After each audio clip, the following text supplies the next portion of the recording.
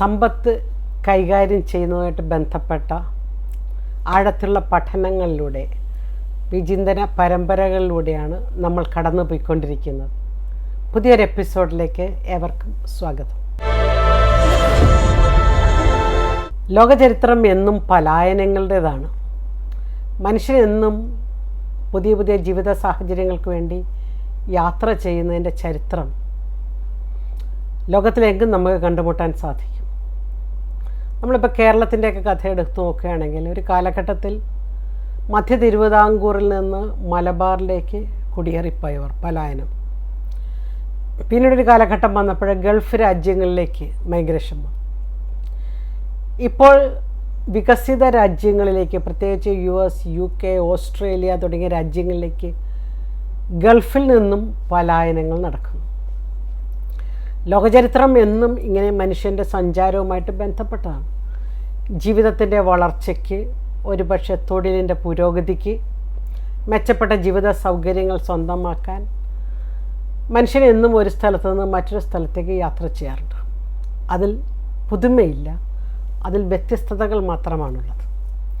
ഇന്നത്തെ ഒരു പ്രധാനപ്പെട്ട ഒരു മേഖല, ധാരാളം യുവജനങ്ങൾ നമ്മുടെ നാട്ടിൽ നിന്ന് വിദേശത്തേക്ക് പഠനത്തിനായിട്ടും ജോലിക്കായിട്ടും പോകുന്നു എന്നുള്ളതാണ്. ഇവിടെ വലിയൊരു പിയർ പ്രഷർ ഞാൻ കാണുന്നുണ്ട്. അപ്പുറത്തെ വീട്ടിലെയും ഇപ്പുറത്തെ വീട്ടിലെയും കൊച്ച് പഠിക്കാൻ UK പോയി, പിന്നെ ഞങ്ങളുടെ കൊച്ച് പോയില്ലെങ്കിൽ മോശമല്ലേ? ഈ ഒരു പിയർ പ്രഷർ കാരണം ആവശ്യമുള്ളവരും ആവശ്യമില്ലാത്തവരും ഇന്ന് വിദേശത്തേക്ക് പഠനത്തിനും തൊഴിലിനുമായിട്ട് പോവുകയാണ്. ചിലരൊക്കെ പോകുമ്പോൾ ഞാൻ ഓർക്കാറുണ്ട്, ഇവർക്കിപ്പോൾ അവിടെ പോയി പഠിക്കേണ്ട അത്യാവശ്യമുണ്ടോ? നന്നായിട്ട് പഠിക്കുന്ന കൊച്ചാണ്, അത്യാവശ്യം ജീവിത സാഹചര്യങ്ങളുണ്ട്, ഇവിടുത്തെ സർവകലാശാലകളിൽ തന്നെ പഠിച്ചാലും അതിനൊരു മെച്ചപ്പെട്ട തൊഴിൽ സാധ്യതകളിലേക്ക് വരാൻ സാധ്യതയുള്ള കുട്ടിയാണ്, പിന്നെ എന്തിന് ഇങ്ങനെ പോകണം എന്ന് ഞാൻ ചിന്തിക്കാറുണ്ട്. പക്ഷേ ഒരു പിയർ പ്രഷർ എന്നൊക്കെ പറഞ്ഞതുപോലെ ഇക്കരെ നിൽക്കുമ്പോൾ അക്കരെ പച്ച ഏതൊരു ചിന്തയിൽ പലരും പോവുകയാണ്. അതിനാൽ തന്നെ നമ്മൾ കുറ്റപ്പെടുത്തുന്നില്ല. പക്ഷേ ഇങ്ങനെ വിദേശത്ത് പോകുന്ന യുവജനങ്ങളുടെ സാമ്പത്തിക രംഗം, സാമ്പത്തിക തലം എപ്രകാരമാണ് മെച്ചപ്പെടേണ്ടതെന്നും മെച്ചപ്പെടുത്തേണ്ടതെന്നും നമ്മൾ അറിയണം.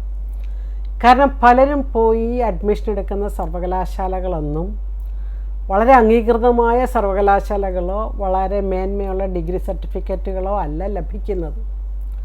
അതുകൊണ്ട് തന്നെ തൊഴിൽ സാധ്യതകളും വളർച്ചകളും അതിനെ അടിസ്ഥാനപ്പെടുത്തി വലുതായിട്ടുണ്ടാകണമെന്നില്ല. വിവിധ രാഷ്ട്രങ്ങൾ, വിവിധ രാജ്യങ്ങൾ സഞ്ചരിക്കുന്നത് കൊണ്ടും നമ്മുടെ പല കുട്ടികളെയും പലയിടത്ത് വെച്ച് കണ്ടുമുട്ടുന്നതും കൊണ്ടുള്ള അനുഭവത്തിൻ്റെ വെളിച്ചത്തിലാണ് ഞാൻ ഈ എപ്പിസോഡിൽ സംസാരിക്കുന്നത്. 12ാം ക്ലാസ് കഴിയുമ്പോൾ തന്നെ 17 വയസ്സ്, മാക്സിമം 18 വയസ്സാകുമ്പോഴേ കുട്ടികൾ ഡിഗ്രിക്കായിട്ട് പോകുന്നു. ഡിഗ്രി കഴിഞ്ഞവർ PG ക്കായിട്ട് പോകുന്നു. വളരെ നല്ല കാര്യം, പോകുന്നതിനെ കുറ്റപ്പെടുത്തുന്നില്ല. പക്ഷെ അവിടെ ചെന്ന് കഴിഞ്ഞാൽ എപ്രകാരമാണ് അവരുടെ ജീവിതത്തെ പ്രത്യേകിച്ച് സാമ്പത്തികമായി ക്രമപ്പെടുത്തേണ്ടത് എന്നതിലേക്ക് വെളിച്ചം വീശാനാണ് ഈ എപ്പിസോഡിലൂടെ ഞാൻ പരിശ്രമിക്കുന്നത്. ഒന്നാമത്തെ കാര്യം, ഏതൊരു രാജ്യത്ത് ചെന്നാലും, ഇവിടെയാണേലും അവിടെയാണേലും, first point, take control of your life. My life is in my hands. എൻ്റെ ജീവിതം എൻ്റെ കൈകളിൽ സേഫായിരിക്കും, അതവിടെ സുരക്ഷിതമായിരിക്കണം. അങ്ങനെ ജീവിക്കണമെങ്കിൽ സ്വന്തം ജീവിതത്തിൻ്റെ ഉത്തരവാദിത്തം ഏറ്റെടുക്കാൻ തയ്യാറാകണം. പലപ്പോഴും അവിടെ ചെന്നിട്ട് ആദ്യത്തെ നാളുകളിൽ ഒരു മാസ്മരിക ലോകത്ത് ചെന്നുപെട്ട് പഠനവും തൊഴിലും ഉഴപ്പുന്നവരെയും വലുതായിട്ടൊന്നും നേടാൻ പറ്റാത്തവരെയും എടുത്തുകൊണ്ടുപോയ കടത്തിൻ്റെ ബാധ്യത കൊണ്ട് മാത്രം ചെറിയ ജോലികൾ ചെയ്ത് ജീവിച്ചു പോകുന്നവരെയും ധാരാളമായി കണ്ടുമുട്ടിയിട്ടുണ്ട്. അതുകൊണ്ടാണ് ഞാൻ പറയുന്നത്, നമ്മളവിടെ ചെന്ന് കഴിഞ്ഞാൽ ആദ്യം തന്നെ വേണ്ടത്, you should have A set financial goals. ഒരു രാജ്യത്ത് നിന്ന് കാലുകുത്തിക്കഴിഞ്ഞാൽ കൃത്യമായ സാമ്പത്തിക ലക്ഷ്യങ്ങൾ ഉണ്ടാകണം. ഞാനിവിടെ വന്നത് പഠിക്കാനാണെന്നും, ഞാൻ പഠിച്ചിട്ട് എനിക്കിവിടെ ഒരു നല്ല മെച്ചപ്പെട്ട തൊഴിൽ സ്വന്തമാക്കണമെന്നും, ആ തൊഴിൽ എനിക്ക് അഭിവൃദ്ധി ഉണ്ടാകണമെന്നും, എന്നെ ഇങ്ങോട്ട് അയച്ച മാതാപിതാക്കൾക്കും ബന്ധുമിത്രാദികൾക്കും ഞാനൊരു തണലാകണമെന്നും, എന്നെ സാമ്പത്തികമായി ആശ്രയിക്കാൻ തക്ക വിധം അവർക്ക് ഒരു ജീവിതത്തിൻ്റെ ഒരു മാർഗദർശിയായിട്ട് ഞാൻ മാറണമെന്നുമൊക്കെയുള്ള പോസിറ്റീവായ ചിന്തകളാൽ നിറഞ്ഞുകൊണ്ട് സ്വന്തം ജീവിതത്തിൻ്റെ ഉത്തരവാദിത്വം ഏറ്റെടുക്കണമെന്നുള്ളതാണ് ഫസ്റ്റ് പോയിൻറ്റ്. അതിനാണ് take charge of your life എന്ന് പറയുന്നത്. പലപ്പോഴും നമുക്ക് നമ്മുടെ ലൈഫ് അത് എങ്ങനെയെങ്കിലുമൊക്കെ ജീവിച്ച് നശിപ്പിക്കാനുള്ളതല്ല, ജീവിതം മനോഹരമാക്കാനുള്ളതാണ്. ഏൺ വൈൽ യു ലേൺ എന്നൊരു കൺസെപ്റ്റ് ഉണ്ട്. പഠനകാലത്ത് തന്നെ നമ്മൾ സമ്പാദിക്കുക. അതിനുവേണ്ടിയാണ് പലരും വിദേശത്തോട്ട് പോകുന്നത്. അപ്പോൾ പോകുമ്പോൾ അവർ പറയുന്നത് പാർട്ട് ടൈം ജോലി ചെയ്യാം, കിട്ടുന്ന ജോലി കൊണ്ട് പൈസ അടച്ച് പഠിക്കാം, ഇതൊക്കെ പറഞ്ഞ് നല്ല നല്ല ചിന്തകളിലേക്കാണ് അവിടെ പോകുന്നത്. പക്ഷെ അവിടെ ചെന്ന് കഴിയുമ്പോൾ സംഭവിക്കുന്നത് പലർക്കും ചെറിയ കോഴ്സുകളും ചെറിയ ജോലികളും നല്ല രീതിയിൽ ഉയർന്നു പോകേണ്ട പല വ്യക്തിത്വങ്ങളും പല വിദ്യാർത്ഥികളും ചെറുതായി പോകുന്നത് കാണുമ്പോൾ എൻ്റെ മനസ്സിലേക്ക് വരുന്ന ഇതാണ്, കുന്നോളം എത്തേണ്ടവർ കുന്നിക്കൊരു പെറുക്കരുതെന്നൊരു ചൊല്ലുണ്ട്. അവർ ഉയർച്ചയുടെ പടവുകളിൽ എത്തേണ്ടതാണ്. കാരണം അവർക്ക് അത്രമാത്രം ബുദ്ധിയുണ്ട്, ഓർമ്മശക്തിയുണ്ട്, കഴിവുണ്ട്, സാധ്യതയുണ്ട്. പക്ഷെ അവരവിടെ ചെന്ന് ചെറിയ ജോലി, ചെറിയ കോഴ്സ്, ഒരു 6 മാസത്തെ കോഴ്സ് പെട്ടെന്ന് പഠിച്ച് ചെറിയ ജോലി പ്രവേശിച്ച് ജീവിതത്തിൽ എത്തേണ്ടടുത്ത് എത്താതെ പോയ അനേകം വിദ്യാർത്ഥികളെ ഞാൻ കണ്ടുമുട്ടിയിട്ടുണ്ട്. അതുകൊണ്ട് ഒന്നാമത്തെ point, your life is very important. You are there to fly.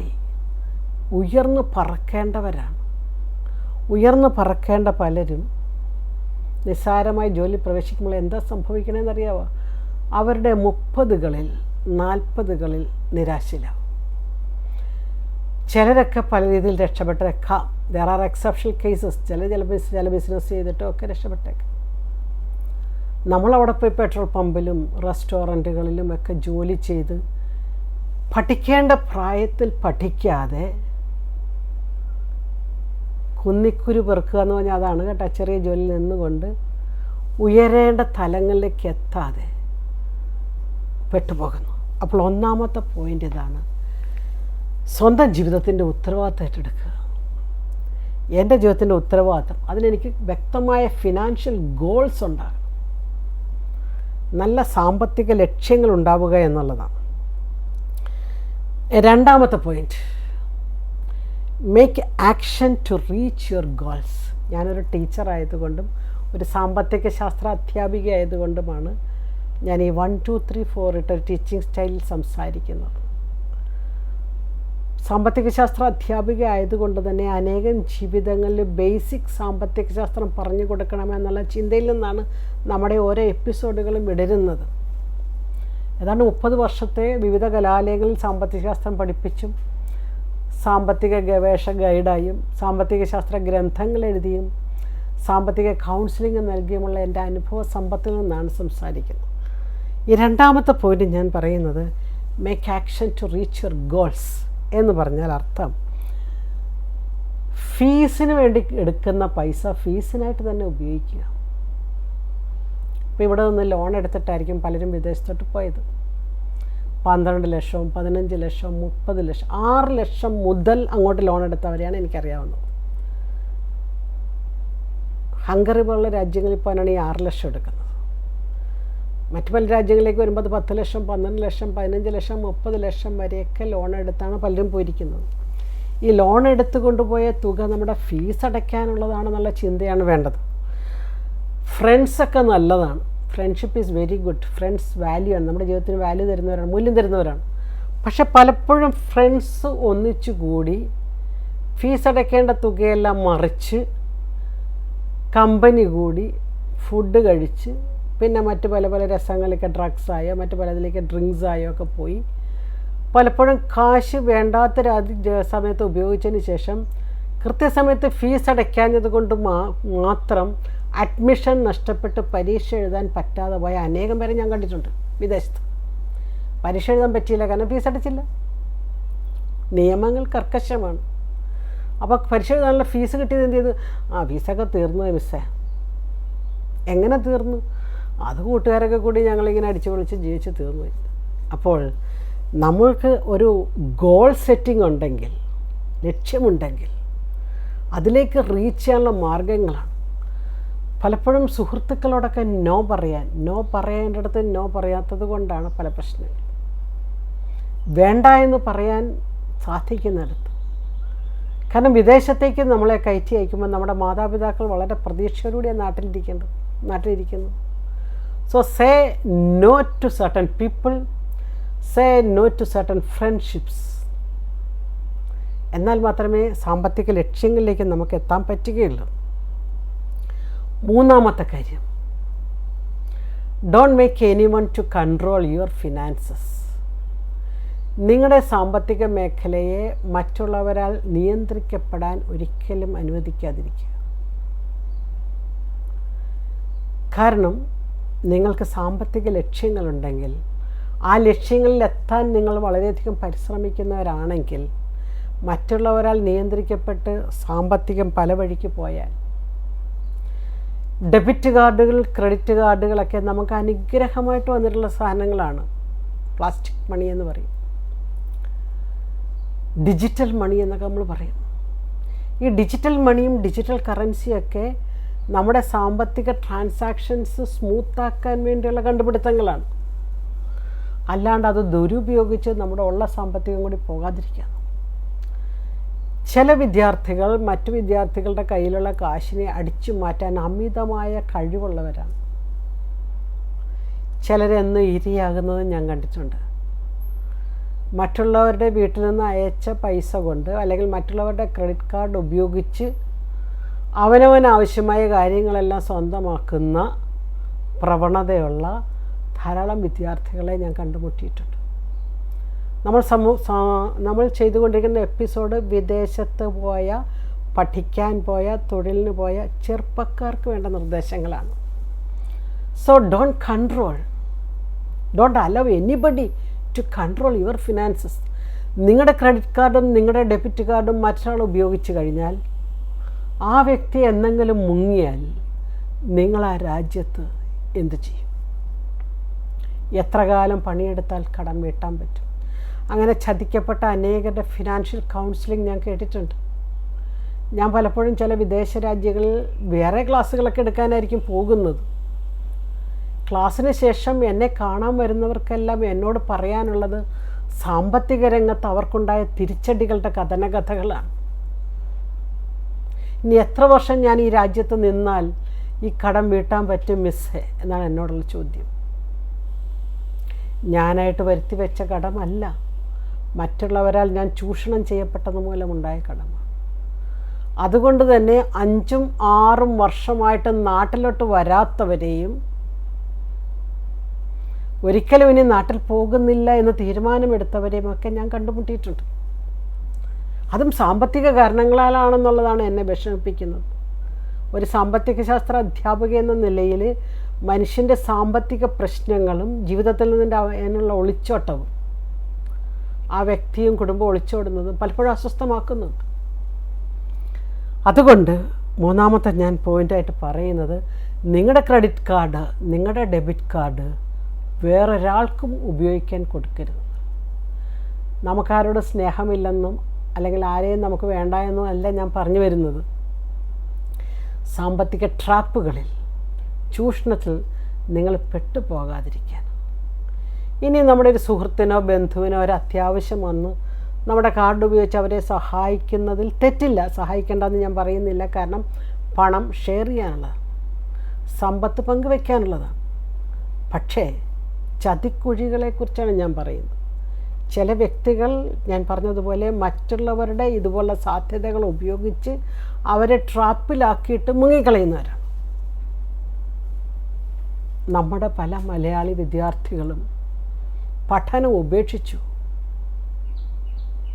പോയത് പഠിക്കാനാണെങ്കിലും പഠനം ഉപേക്ഷിച്ചു. എന്നിട്ട് ഏതെങ്കിലും ചെറിയ ജോലികളൊക്കെ ചെയ്ത് ദയനീയമായിട്ട് അവിടെ നിൽക്കുന്നത് കണ്ടുമുട്ടേണ്ടി വന്നതുകൊണ്ടാണ് ഞാൻ ഈ എപ്പിസോഡ് ചെയ്യുന്നത്.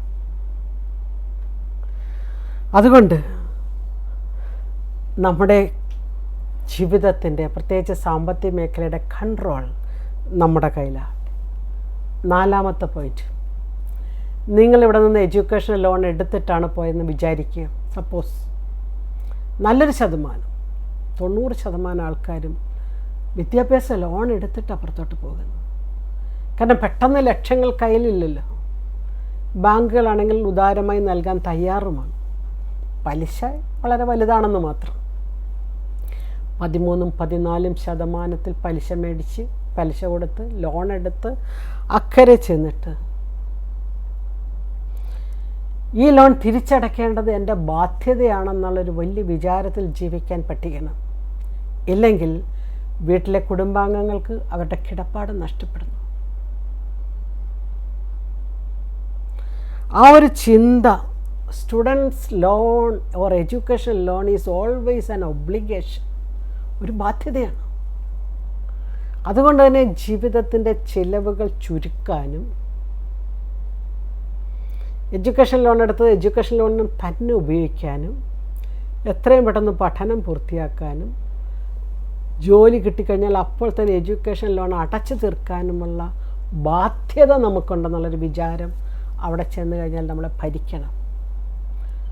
ഒരു പെൺകുട്ടി എന്നോട് പറയുകയായിരുന്നു, ലോണൊന്നും ഞാൻ തിരിച്ചടയ്ക്കാനൊന്നും പാടില്ല, കുറേ കഴിയുമ്പോൾ ബാങ്കുകാർ എഴുതി തള്ളിക്കോളുന്നു. ഒരു പെൺകുട്ടി വിദേശത്ത് എന്നോട് പറഞ്ഞാണ്, ജോലി കിട്ടിയാലും ഞാൻ അടയ്ക്കാനൊന്നും പാടില്ല, കുറേ കഴിയുമ്പോൾ ബാങ്കുകാർ അതൊക്കെ എഴുതി തള്ളിക്കോളും. ഞാൻ പറഞ്ഞു, ഇത്ര ലാഘവബുദ്ധിയോടുകൂടി നിന്നിട്ട് എഡ്യൂക്കേഷൻ ലോണിനെ കാണരുത്. കാരണം നിൻ്റെ കിടപ്പാടം പ്ലഡ്ജ് ചെയ്ത് പണയപ്പെടുത്തിയിട്ടാണല്ലോ എടുത്തിരിക്കുന്നത്. ഇത്ര ലാഘവബുദ്ധിയോടുകൂടി നീ നിൻ്റെ മാതാപിതാക്കളുടെയും മറ്റുള്ളവരുടെയും ജീവിതത്തെ കാണരുത്.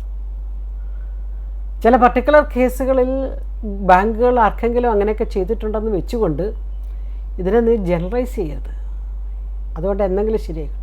മാത്രവുമല്ല, എടുത്ത പണം തിരിച്ചടയ്ക്കാനുള്ള ബാധ്യത നമ്മുടെ തൊഴിൽ മേഖലയിലെ അനുഗ്രഹത്തിന് വഴി തുറക്കും. നമ്മുടെ തൊഴിൽ മേഖലകളിൽ നമ്മൾ അഭിവൃദ്ധിപ്പെടണം. വർക്ക് കൾച്ചർ നന്നാകണം, വർക്ക് ബെനിഫിറ്റ് നല്ലപോലെ കിട്ടണം, പുതിയ പുതിയ മേച്ചിൽപ്പുറങ്ങൾ കിട്ടണം, പുതിയ പുതിയ പഥാവിലേക്ക് വളർന്ന് ഉയരണം. ഇത് മൂല്യാധിഷ്ഠിതമായ വളർച്ചയെക്കുറിച്ചാണ് ഞാൻ സംസാരിക്കുന്നത്. ഒരുപക്ഷെ തെറ്റായ രീതിയിൽ വളരുന്നവരുമുണ്ട്. അതുകൊണ്ട് എൻ്റെ കരിയർ ഗ്രോത്തുമായിട്ട് വളരെ പ്രധാനപ്പെട്ട ഒന്നാണ് എൻ്റെ ഒബ്ലിഗേഷൻ ടു എ ബാങ്ക്. ഒരു ബാങ്കിൽ നിന്ന് ഞാൻ എടുത്തുകൊണ്ട് പോയ പൈസ തിരിച്ചടയ്ക്കേണ്ടത് എൻ്റെ ബാധ്യതയാണെന്നും അതെൻ്റെ കടമയാണെന്നും തിരിച്ചറിഞ്ഞാൽ മാത്രമേ നമുക്കൊരു നല്ല കരിയർ ഗ്രോത്ത് ഉണ്ടാകുകയുള്ളൂ. അപ്പോൾ ആ ഒരു മേഖലകളിൽ എഡ്യൂക്കേഷൻ ലോൺസ് അത്യാവശ്യം ഉണ്ടെങ്കിലേ എടുക്കാവുള്ളൂ. ഞാനെപ്പോഴും പറയാറുണ്ട്, education loan is the last resort എന്നാണ് ഞാൻ പറയാറ്. ലാസ്റ്റ് റിസോർട്ട് എന്ന് പറഞ്ഞു കഴിഞ്ഞാൽ അറ്റ കൈക്ക് വേറൊരു മാർഗ്ഗം ഇല്ലാതെ വരുമ്പോഴേ ലോൺ എടുക്കാവുള്ളൂ എന്ന് പറയും. മറിച്ച് ഒരു സ്കോളർഷിപ്പോടുകൂടിയൊക്കെ പഠിക്കാൻ പറ്റുവാണെങ്കിൽ ലോൺ എടുക്കരുതെന്ന് പറയും. അപ്പോൾ എടുത്തിട്ടുണ്ടെങ്കിൽ അത് തിരിച്ചടയ്ക്കുക എന്നുള്ളത്. 5ാമത്തെ പോയിൻറ്റ്, ഏതൊരു രാജ്യത്ത് ചെന്നാലും നമ്മുടെ നാട്ടിലും ധാരാളം സ്കോളർഷിപ്പുകൾ ലഭ്യമാണ്. ഒരു പൈസ പോലും ഫീസ് അടയ്ക്കാതെ PhD വരെ പഠിച്ചവരെ എനിക്കറിയാം. ഓരോ കാലഘട്ടത്തിലും പഠിക്കുമ്പോൾ അതാത് സ്കോളർഷിപ്പുകൾ സ്വന്തമാക്കണം. നമ്മുടെ നാട്ടിലെ കാര്യം ഞാൻ പറയുന്നത്, PhD വരെ പഠിച്ചിട്ട് 5 പൈസ മുടക്കിയിട്ടില്ലെന്ന് പറയും. ഡിഗ്രിക്ക് പഠിക്കുമ്പോഴും സ്കോളർഷിപ്പ് ഉണ്ടായിരുന്നു, PGക്ക് പഠിക്കുമ്പോഴും സ്കോളർഷിപ്പ് ഉണ്ടായിരുന്നു, PhD മന്ത്ലി സ്റ്റൈഫൻഡോടുകൂടിയാണ് പഠിക്കുന്നതെന്ന് ആ വിദ്യാർത്ഥി എന്നോട് പറഞ്ഞു. അങ്ങനെയുള്ള സംവിധാനങ്ങൾ നാട്ടിലുമുണ്ട് കേട്ടോ. ഗവൺമെൻറ് ധാരാളം സ്കോളർഷിപ്പ് നൽകുന്നുണ്ട്, വിവിധ സർവകലാശാലകൾ സ്കോളർഷിപ്പ് നൽകുന്നുണ്ട്, വിവിധ സംഘടനകൾ. ചില സംഘടനകളൊക്കെ എന്നെ സമീപിച്ച് പറയാറുണ്ട്, ടീച്ചറെ പഠിക്കാൻ കഴിവുള്ള സാമ്പത്തികമായി ബുദ്ധിമുട്ടുള്ള ഒരു 10 പിള്ളേരുടെ ലിസ്റ്റ് തന്നാൽ ഞാൻ സഹായിക്കാം. കഴിഞ്ഞ ദിവസം എറണാകുളം സിറ്റിയിലുള്ള ഒരു സന്നദ്ധ സംഘടന എന്നെ വിളിച്ചിട്ട് പറഞ്ഞു, ഏതെങ്കിലും പെൺകുട്ടികൾക്ക് എറണാകുളത്ത് ഹോസ്റ്റലിൽ നിന്ന് പഠിക്കണമെന്നുണ്ടെങ്കിൽ കംപ്ലീറ്റ് ഹോസ്റ്റൽ ഫീസ് ഒരു 15 പിള്ളേരോളം ഞങ്ങൾ സഹായിക്കാൻ റെഡിയാണ്. സന്നദ്ധ സംഘടന പറയും. 2 കണ്ടീഷനേ ഉള്ളൂ, പഠിക്കാൻ മിടുക്കരായിരിക്കണം, സാമ്പത്തികമായി പിന്നോക്കമായിരിക്കും. എറണാകുളം സിറ്റിയിൽ ഒരു ഹോസ്റ്റലിൽ നിന്ന് ഫ്രീ ആയിട്ട് പഠിക്കാനുള്ള സംവിധാനം, ഈ സ്കോളർഷിപ്പുകൾ നാട്ടിലും വിദേശത്തും ധാരാളം ലഭ്യമാണ്. കുട്ടികളത് സെർച്ച് ചെയ്ത് കണ്ടെത്തുക എന്നുള്ളതാണ്. ഇതിനൊക്കെയാണ് നമ്മൾ ടെക്നോളജി ഉപയോഗിക്കേണ്ടത് കേട്ടോ. നമ്മുടെ ടെക്നിക്കൽ സ്കിൽ, നമ്മുടെ ഗൂഗിളൊക്കെ നമ്മൾ സെർച്ച് ചെയ്യാനൊക്കെ വിവിധ വെബ്സൈറ്റുകളെടുത്ത് വിവിധ സ്കോളർഷിപ്പുകളെടുത്ത് അവെയർനെസ് അല്ലെങ്കിൽ നോളജ് ഇൻഫർമേഷൻ എന്ന് പറയും. പല കുട്ടികളോടും ഞാൻ പറയും, ഇന്ന സ്കോളർഷിപ്പ് ഉണ്ടല്ലോ, അപേക്ഷിച്ചാൽ അറിയത്തില്ല മിസ്സേ, ഞാനൊന്നും ചെയ്തില്ല. ഇത് ഇന്നടത്ത് ചെന്നാൽ ആപ്ലിക്കേഷൻ ഫോം കിട്ടും കേട്ടോ, ഫില്ല് ചെയ്ത് കൊടുക്കുക കേട്ടോ, വില്ലേജ് ഓഫീസറുടെ ഒരു സർട്ടിഫിക്കറ്റും കൂടി വന്ന് യു വിൽ ഗെറ്റ് ഇറ്റ്. ഇങ്ങനെ പറഞ്ഞാൽ പോലും എന്തോ നാണക്കേട് വിചാരിച്ച് അതിൻ്റെ പിന്നാലെ പോകാത്ത അനേകം കുട്ടികളെ എനിക്കറിയാം. എന്നാൽ അർഹതയില്ലാത്ത പലരും ഇതൊക്കെ അപേക്ഷിച്ച് സ്വന്തമാക്കി കൊണ്ടുപോകുന്നതും ഞാൻ കണ്ടിട്ടുണ്ട്. സാമ്പത്തികമായിട്ട് വളരെ മെച്ചപ്പെട്ടവരാണെങ്കിലും കിട്ടാവുന്ന സ്കോളർഷിപ്പുകളെല്ലാം മേടിക്കുന്നവരെയും ഞാൻ കണ്ടുമുട്ടിയിട്ടുണ്ട്.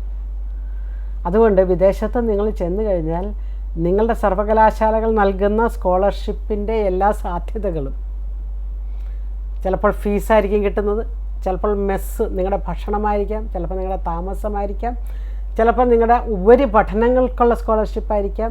വ്യത്യസ്തമായ സ്കോളർഷിപ്പുകളുടെ ഇത് വെറുതെ സെർച്ച് ചെയ്താൽ മതി.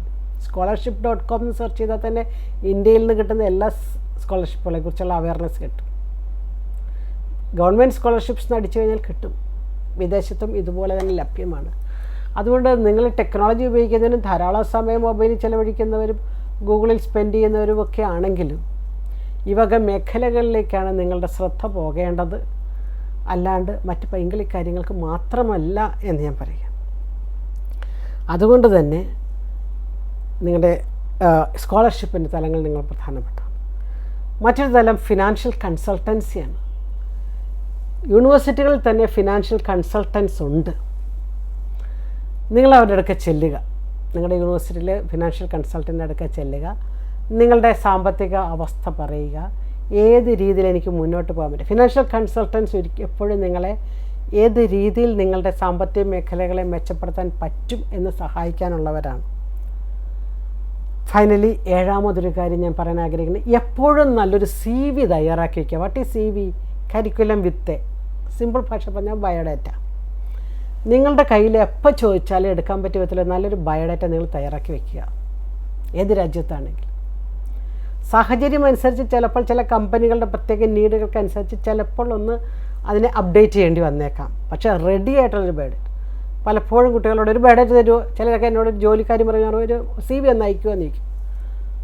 ഒരാഴ്ച കഴിഞ്ഞ് 2 ആഴ്ച കഴിഞ്ഞ് CV ഉണ്ടാക്കിക്കൊണ്ടിരിക്കുക കേട്ടോ, CV ഉണ്ടാക്കിക്കൊണ്ടിരിക്കുകയെന്ന് മറുപടി വരും. കയ്യിലൊരു CV ഇപ്പം അയക്കാം മിസ്സേ എന്ന് പറഞ്ഞാൽ ആ സെക്കൻഡിൽ അയച്ചു തരുന്നവരുമുണ്ട്. ആ സെക്കൻഡിൽ നമുക്ക് ഫോർവേഡ് ചെയ്യാൻ പറ്റും. ധാരാളം ജോബ് പോർട്ടലുകളുണ്ട്. പോർട്ടലുകളിൽ പെട്ടെന്നായിരിക്കും നമ്മളിങ്ങനെ പരസ്യങ്ങൾ കാണുന്നത്, ഇന്ന വേക്കൻസി എന്നൊക്കെ പറയും. അപ്പോൾ തന്നെ CV അയക്കുക എന്നുള്ളതാണ് പ്രധാനപ്പെട്ട. വി ആർ ഹയറിങ് എന്ന് പറയുന്നത്. അവർ ഹയർ ചെയ്യാനായിട്ട് പെട്ടെന്ന് കിട്ടിക്കഴിഞ്ഞാൽ അവർക്ക് പെട്ടെന്ന് വേണം.